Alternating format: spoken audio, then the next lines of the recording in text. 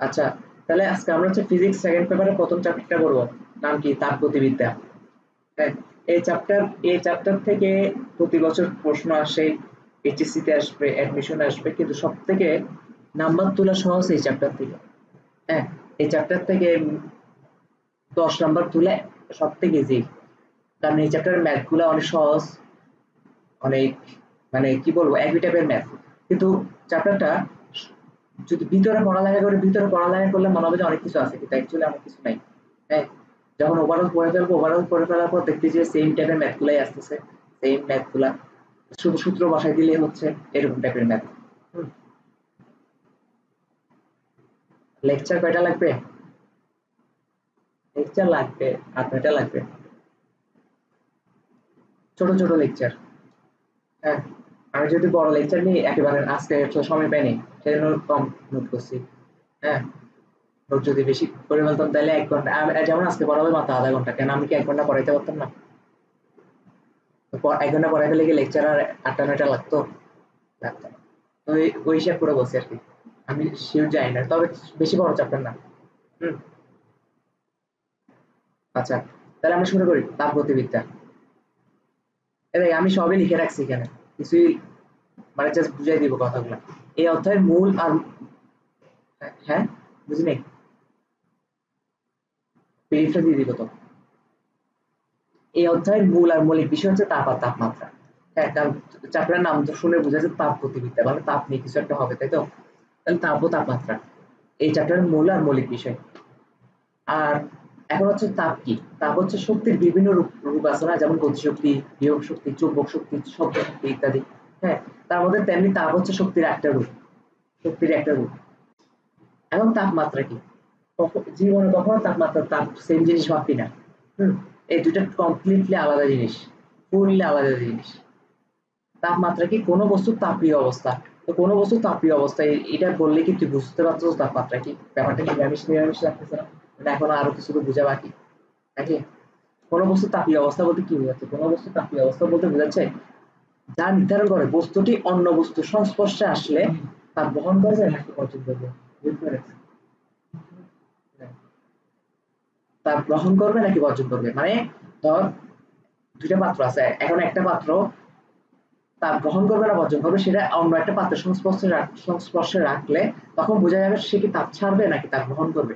এখন সেটা কি তাপের উপর নির্ভর করতেছে? না, সেটা নির্ভর করতেছে কার উপর? তাপমাত্রার উপর। হ্যাঁ, আমরা আস্তে আস্তে পড়তে থাকি, আমরা আরো বুঝবো। এই যেমন এই একটা পাত্র, বি একটা পাত্র। এখন এই পাত্রে 10 ডিগ্রি সেলসিয়াস তাপমাত্রায় 300 জুল তাপ আছে, আর বি পাত্রে 30 ডিগ্রি সেলসিয়াস তাপমাত্রায় 100 জুল তাপ আছে। প্রথম কথা, আমরা প্রথমে যে বিশ্বাসটা করি তাপ আর তাপমাত্রার মধ্যে, আমরা ভাবি যে কেন একটা বস্তুর মধ্যে তাপ বেশি মানে ওর মধ্যে তাপমাত্রা বেশি হবে, তাই না? তো আমরা ভাবি যে একটা বস্তুর মধ্যে 300 জুল তাপ আছে, তার মানে তাপমাত্রা অবশ্যই। আর আমি বলি এই পাত্রে তাপ আছে 300 জুল, বি পাত্রে তাপ আছে 100 জুল, তার মানে এই পাত্রের তাপমাত্রাটা বি পাত্রের থেকে বেশি হওয়ার কথা না? কারণ এতে বেশি পরিমাণ তাপ আছে, কিন্তু না, তাপমাত্রা তো আসলে তাপ তো সেম জিনিস না। হ্যাঁ, তবে হ্যাঁ, একটা বেসিক জিনিস আমাদেরকে অবশ্যই মাথায় রাখতে হবে, যদি তাপ বাড়ে কোনো বস্তুর ভিতর, যদি তাপ বাড়ে তার তাপমাত্রাটাও বাড়বে। হ্যাঁ, তাহলে তুই এখন প্রশ্ন করতে পারস, তাহলে একটু আগে তো বলছি তাপের সাথে কোনো তাপমাত্রা সম্পর্কিত না। হ্যাঁ, এখন আবার বলতেছি তাপ বাড়লে তাপমাত্রা বাড়ে, তো তাপ বাড়লে যদি তাপমাত্রা বাড়ে তাহলে 300 জুলের জন্য কেন 10 ডিগ্রি সেলসিয়াস, 100 জুলের জন্য কেন 30 ডিগ্রি সেলসিয়াস? ব্যাপারটা কি হচ্ছে? হয় নাই, তাই তো?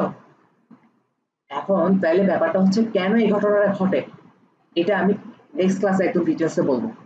তবে আপাতত একটা আইডিয়া নিয়ে রাখ যে এই পাত্র আর বি পাত্র।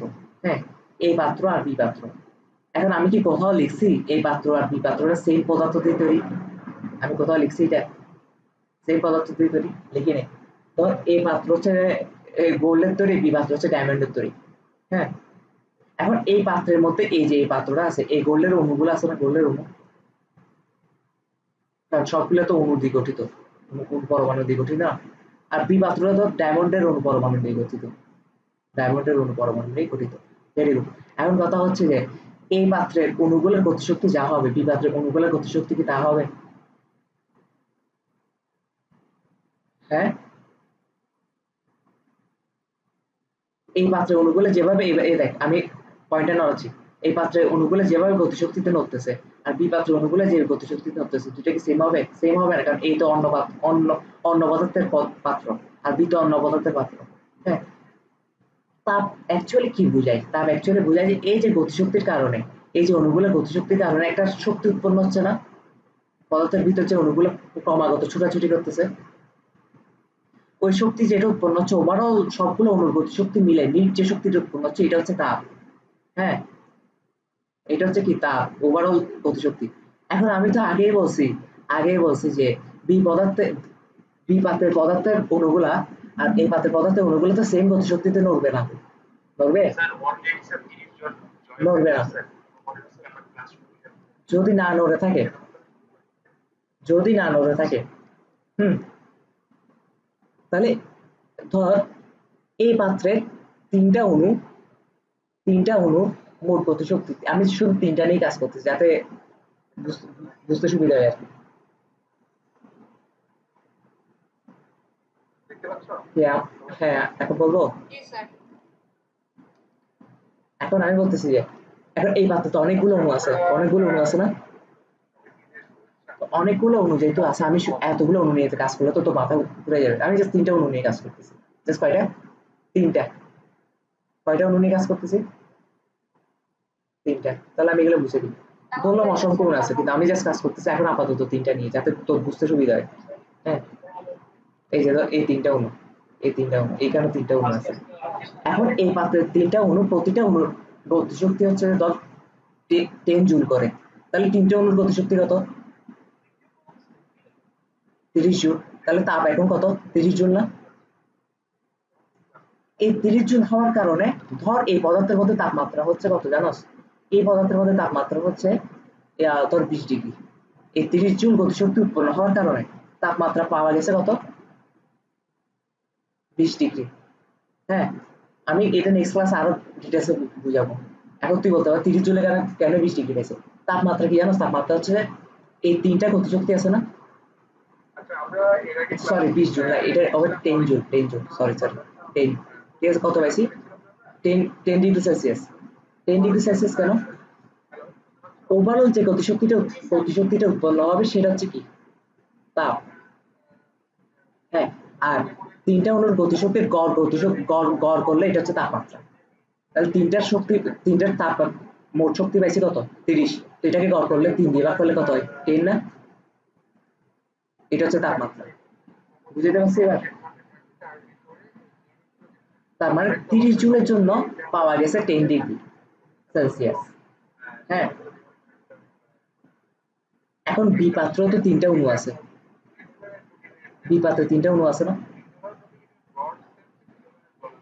বি পাত্রে তিনটা অণু আছে কিনা বল?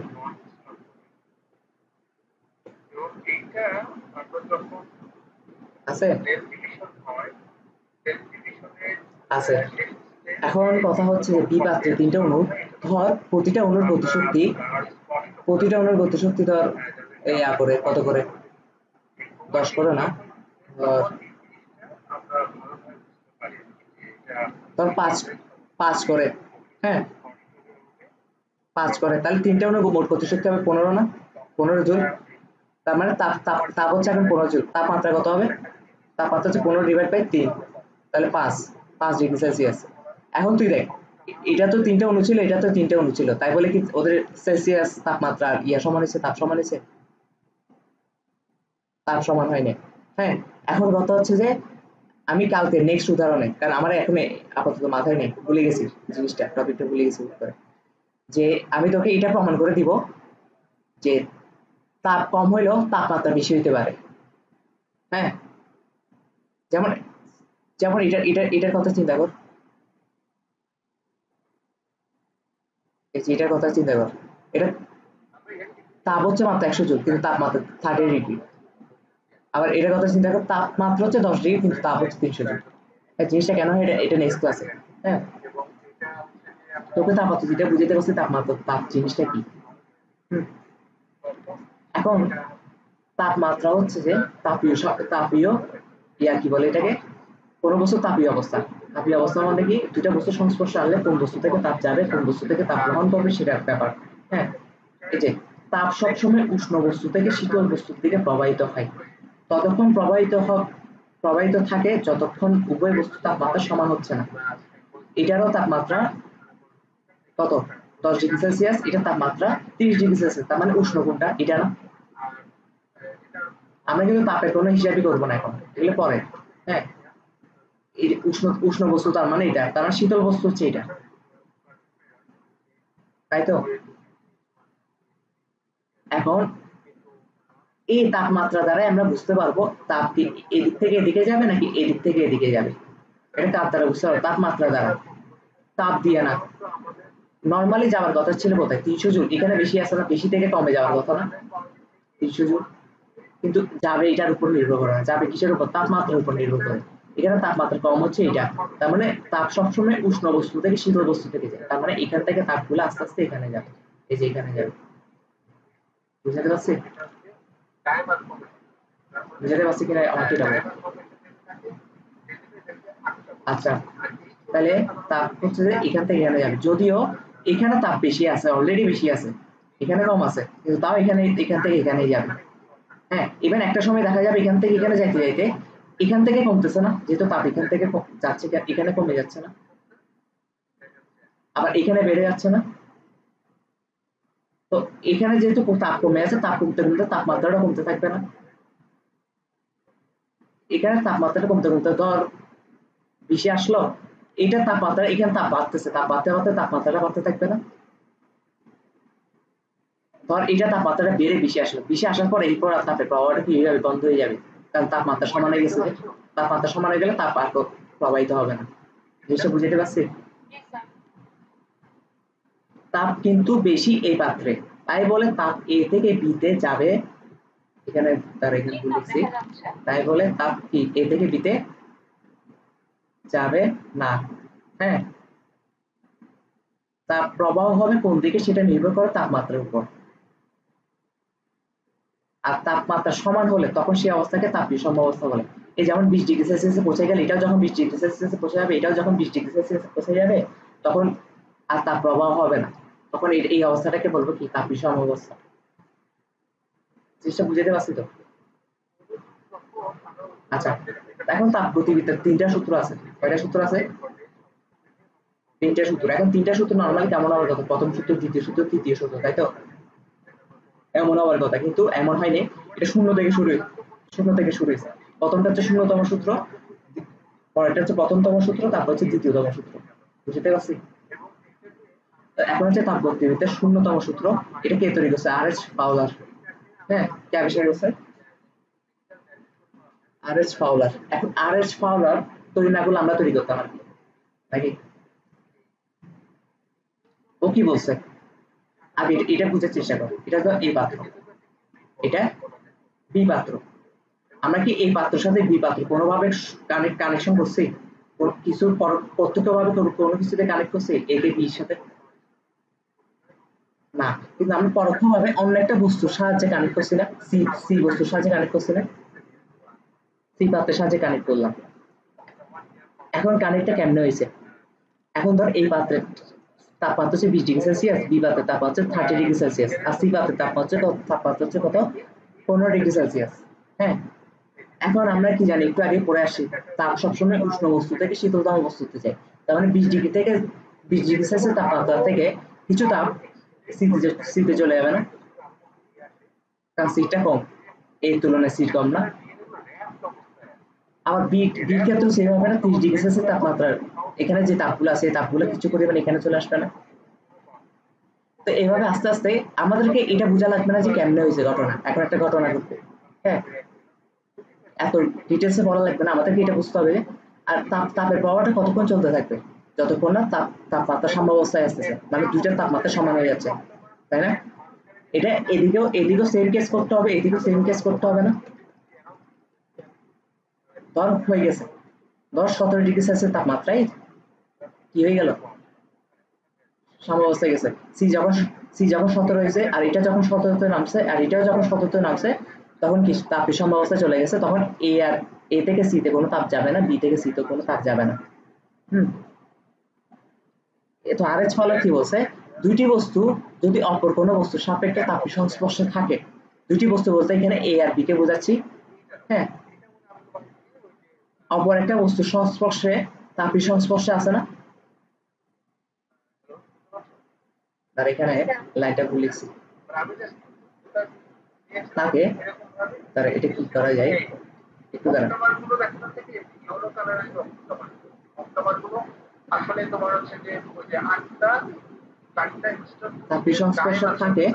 হ্যাঁ, দুইটা করে কপি আছে, দুইটা করে কপি এবং দুটি বস্তু যদি অপর কোনো বস্তুর সাপেক্ষে তাপীয় সংস্পর্শে থাকে এবং অপর বস্তুর সাথে অপর বস্তুটির সাথে তাপীয় সমঅবস্থায় থাকে, তাপীয় কি অবস্থায় থাকে, তাপীয় সমঅবস্থায় থাকে। তার মানে আমি এখানে দুটি বস্তু বলতে এ আর বি বোঝাচ্ছি।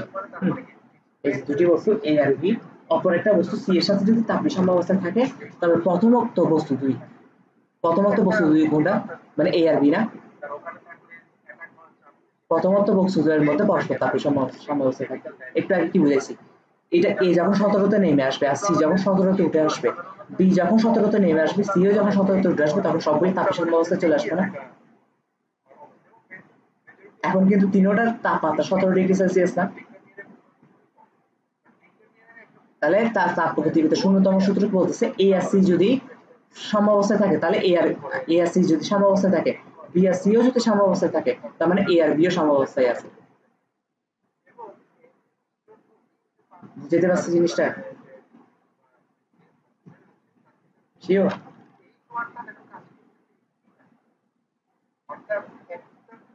আচ্ছা, এখন হচ্ছে থার্মোমিটার। থার্মোমিটার হচ্ছে অনেক ইম্পর্টেন্ট, এখান থেকে একটা কঠোর এমসিকিউ আসে, কঠোর এমসিকিউ।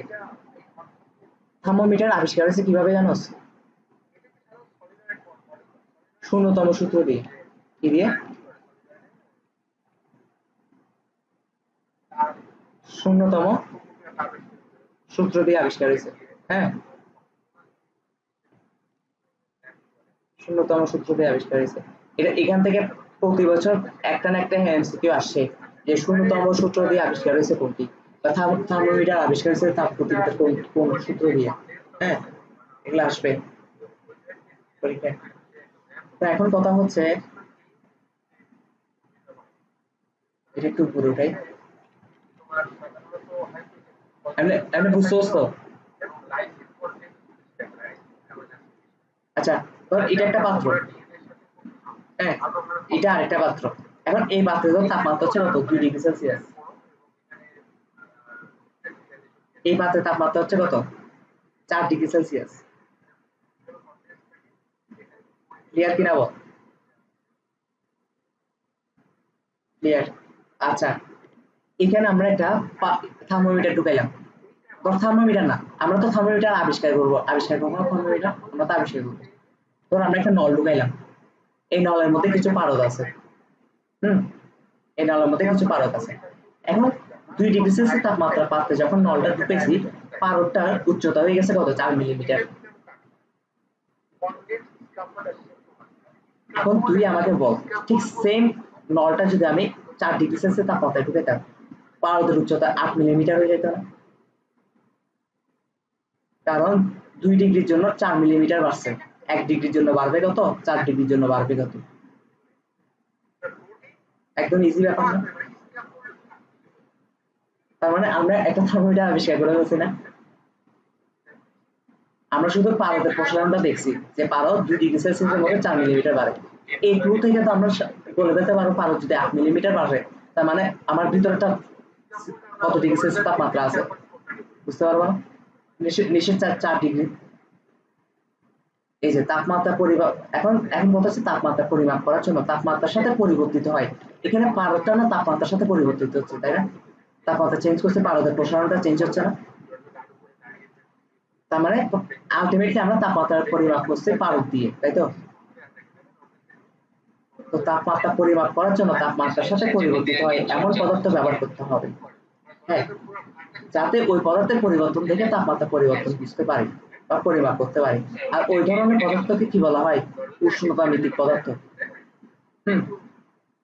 যেমন পারদ হচ্ছে একটা উষ্ণতা মিতিক পদার্থ। উষ্ণতা মিতিক পদার্থের মধ্যে উষ্ণতা মিতিক ধর্ম আছে। উষ্ণতামিতিক ধর্মটা কি? তাপমাত্রা পরিবর্তনে যে ধর্ম নিয়মিতভাবে পরিবর্তিত হয়। হ্যাঁ, এখানে একটা কথা ওয়ার্ড আছে, নিয়মিত।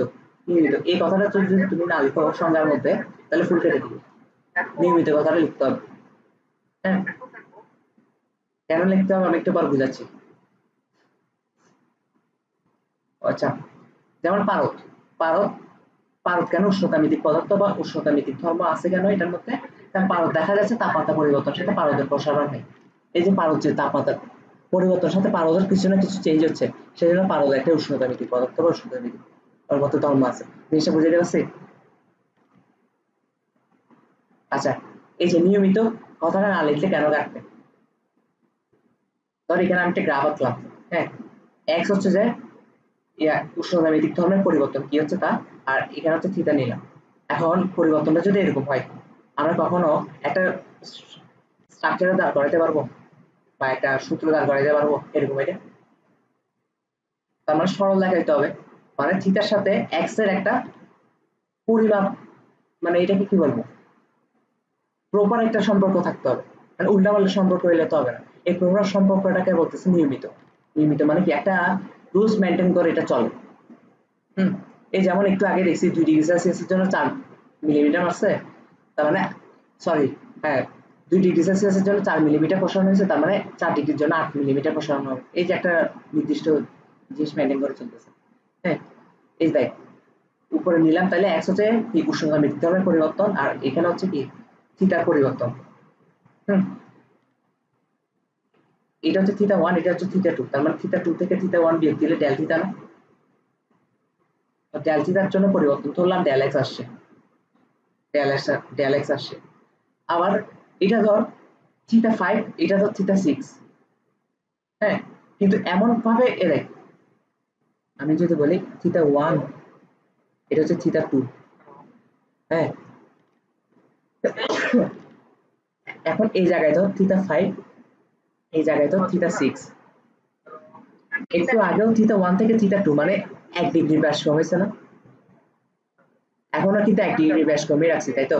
থিটা 5 থেকে থিটা 6, তার মানে এই ডেল থিটা আর এই ডেল থিটার মান সমান না?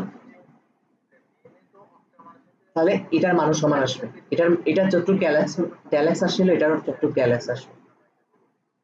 বুঝতে পারছো? তার মানে এখান থেকে একটা জিনিস বোঝা যাচ্ছে, ডেল এক্স পারলে এই যে ডেল বা উল্টা ভাবে বললে এই থিটা বাড়তেছে এক্সও বাড়তেছে, তাই না? এই যে থিটা বাড়তেছে এক্সও বাড়তেছে, তার মানে ডেল এক্স সমানুপাতিক ডেল থিটা। ডেল এক্স শুরুতে এখানে ছিল, এখন এখানে, কারণ ডেল থিটা বাড়ছে না, ডেল থিটা এখান থেকে এখানে গেছে না, সেই জন্য। যদিও এই ডেল থিটার জন্য যে ডেল এক্স মান আসে, এই ডেল থিটার জন্য ঠিক সেম ডেল এক্স এর মান আসবে। হ্যাঁ, তা আমরা লিখতে পারি না del X divide by del theta is equal ধ্রুবক। ধ্রুবক লিখতে পারলে এখন হচ্ছে আমরা থার্মোমিটার আবিষ্কার করি। দুই স্থির বিন্দুর মাধ্যমে তাপমাত্রা নির্ণয় করবো। এটা ধর একটা থার্মোমিটার। আমরা তো অলরেডি থার্মোমিটার আবিষ্কার করে বলছি পারদ কি। হ্যাঁ, এটা ধর একটা থার্মোমিটার। এখন থার্মোমিটারের মধ্যে একদম লোয়েস্ট পয়েন্ট আর হাইয়েস্ট পয়েন্ট বলে একটা কথা আছে, তাই তো?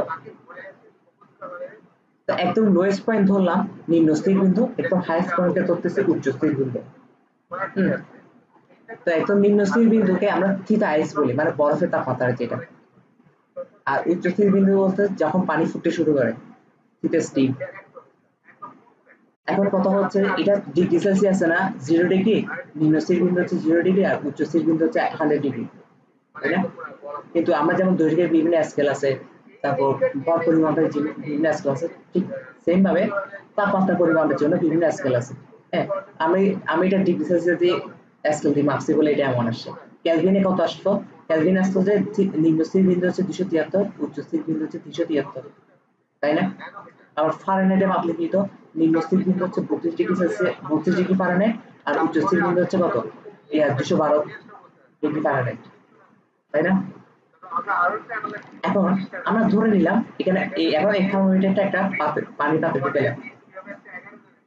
হ্যাঁ, আচ্ছা, পানি পাত্রে ঢুকাবার আগে আমাদের একটা কাজ করতে হবে। তো থিটা আইসে আমরা যেহেতু তাপমাত্রা জানি যে এটা 0 ডিগ্রি সেলসিয়াস, তার মানে 0 ডিগ্রি সেলসিয়াস তাপমাত্রা পারদের প্রসারণ কতটুকু হয়েছে এটাও দেখতে পারবো না, ধরো একটু ছিল, এই যে শুরুর দিকে একটু ছিল। আবার 100 ডিগ্রিতে পারদের প্রসারণ একটু হবে না। একটু, তার মানে 0 ডিগ্রিতে পারদের তাপমাত্রা কত হয়, 100 কত হয় এটা আমরা জানি। এখন এবার একটা পাত্রে ঢুকাইলাম, পানি পাত্রে ঢুকাইলাম, এবার পানি পাত্রে ঢুকানোর পর পারদটা এবার বেড়ে একটু আসলো, ধর একটুকে থিটা, একটুকে কত পাইলাম, থিটা পাইলাম। এখন আমাদেরকে তো থিটা বের করতে হবে, এটা তাপমাত্রা কত, এটা বের করতে হবে না তাপমাত্রা কত, কারণ আমরা তো জ্বরই মাপতেছি, আমি শরীরের জ্বরই মাপতেছি। হ্যাঁ, এবার এই তাপমাত্রাটা কেমনে বের করবো, আমরা তো এক্স তো বের করে ফেলতে পারতেছি না, কারণ এই যে এতটুকু যে প্রসারণ হয়েছে, প্রসারণ হয়েছে, এটাই তো এক্স। 3 ডিগ্রি সেলসিয়াস তাপমাত্রায় পারদের প্রসারণ হয়েছে এক্স, একটু জানি। এখন এন, এন হচ্ছে মৌলিক ব্যবধান, এন হচ্ছে কি মৌলিক ব্যবধান, মানে কি থিটা স্টিম মাইনাস থিটা আইস সবসময় একটা সেম অ্যামাউন্ট আসে। বিশেষ না হলে দেখ 100 থেকে 0 বাদ দিলে 100ই আসে। হ্যাঁ, আমি যদি ক্যালভিন হিসাব করে 373 থেকে 273 বাদ দিলে কত হয়, 100 আসে। তার মানে এটা একটা মৌলিক ব্যবধান না নাকি, মৌলিক ব্যবধান। এখন একটু আগে আমরা এটা লিখতে পারি না, del theta divide by del X সমান ধ্রুবক, একটু আগে দেখা যাচ্ছে এই যে, তাহলে এখান থেকে আমরা লিখতে পারি না del theta 1 divide by del X 1 is equal del theta 2 divide by del X 2। আমাদেরকে বের করতে হবে থিটার মান, তাই তো? আচ্ছা, ডেল ডেল থিটা বলতে কি বোঝাচ্ছে, ডেল থিটা বলতে কি বোঝাচ্ছে, ডেল থিটা বলতে বোঝাচ্ছে দুইটা বিন্দু তাপমাত্রার মধ্যে পার্থক্য না, ডেল ডেল মানে কি পার্থক্য না। তাহলে এখন ডেল থিটা 1 সমান আমরা একটা চালাকি করব, আমরা একটা সূত্র বের করার জন্য আমরা ডেল থিটা 1 সমান ধরে নিব থিটা মাইনাস থিটা আইস। হ্যাঁ, এই দেখ থিটা মাইনাস থিটা আইস, বুঝতে পারছো? হ্যালো হ্যালো, হ্যাঁ শুনতেছ, হ্যাঁ শুনতেছ কিনা?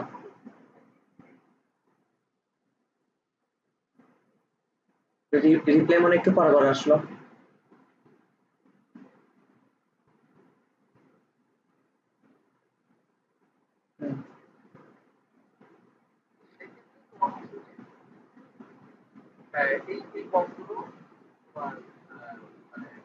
শুনতেছ কিনা বল এবার।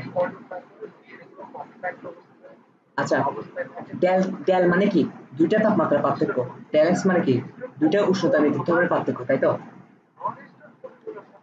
এখন ডেল থিটা 1 টা সমান আমরা চাইলে এটা ধরতে পারি না থিটা মাইনাস থিটা আইস, চালাকি করে।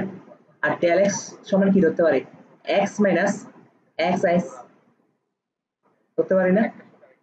এই যে আমাদের তো বের করা লাগবে থিটার মানটাই বের করা লাগবে, তাই তো? তার মানে এই পাশে এমন কিছু নেওয়া লাগবে যেগুলোর মান আমরা অলরেডি জানি। হ্যাঁ, এখানে ডেল থিটা 2 মানে দুইটা থিটার পার্থক্য, তো কোন দুইটা থিটার পার্থক্য আমরা নিব দেখি বলতো। আমরা আগে থেকে জানি এরকম একটা থিটা স্টিম আর একটা থিটা আইস, আমরা এই দুইটার পার্থক্য নিয়ে ফেললে হচ্ছে না, এই যে থিটা স্টিম মাইনাস থিটা আইস, কারণ দুইটার মানই আমরা জানি, কারণ আমাদের তো মান বের করা লাগবে থিটার। তাহলে আমরা এই পাশে যা যা নিব সবগুলো মান জানি, এরকম কিছু নিতে হবে। ঠিক সেম ভাবে X steam minus X ice হবে। তো এখান থেকে আমরা থিটার মানটা এভাবে ধরে চলে আসতেছে আর কি, বের করতে পারবি না। এখানে এন কি, এন হচ্ছে মৌলিক ব্যবধান, সেলসিয়াসের ক্ষেত্রে সেটা 100, তাই তো? কেলভিনের ক্ষেত্রে সেটা কত, 100। কেমনে হইছে, আমরা এই জিনিসটা এই পাশে পাঠিয়ে দিতে পারি না, এই যে এখানে, আর থিটা স্টিম মাইনাস থিটা আইসকে এন লেখা যায় না,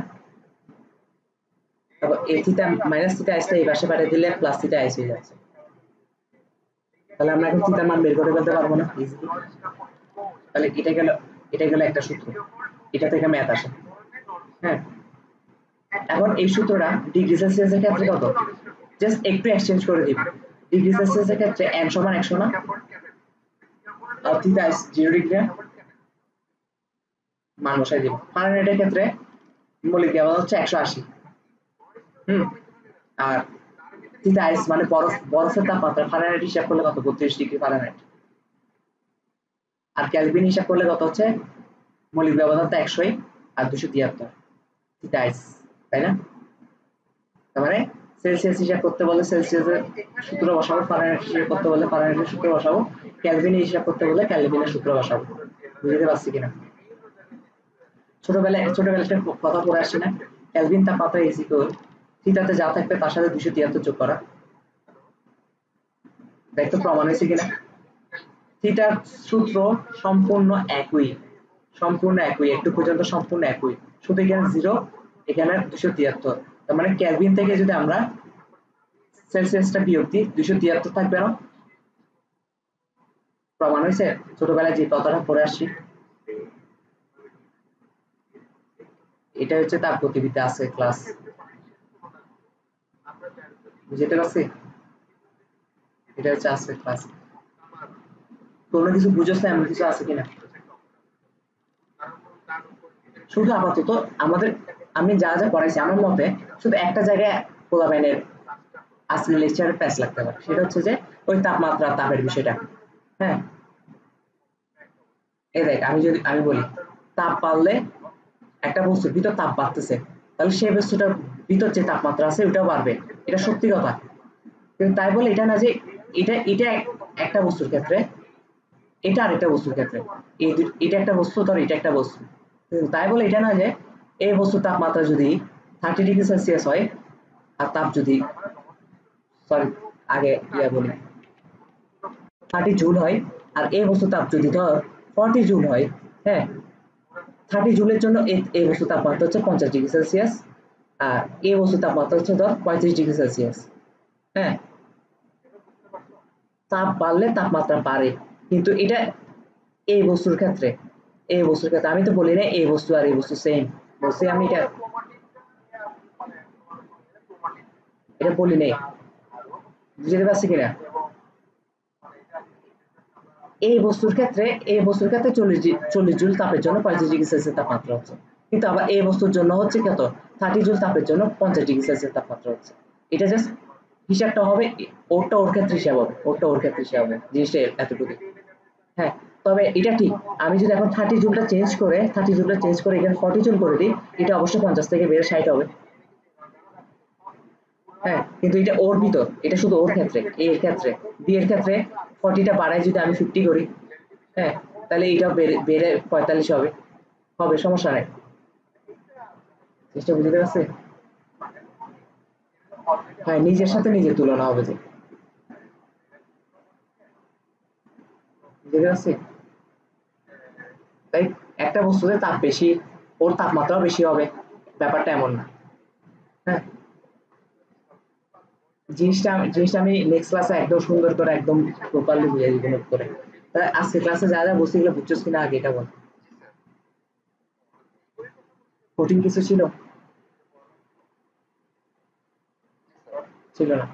তাহলে ছুটি,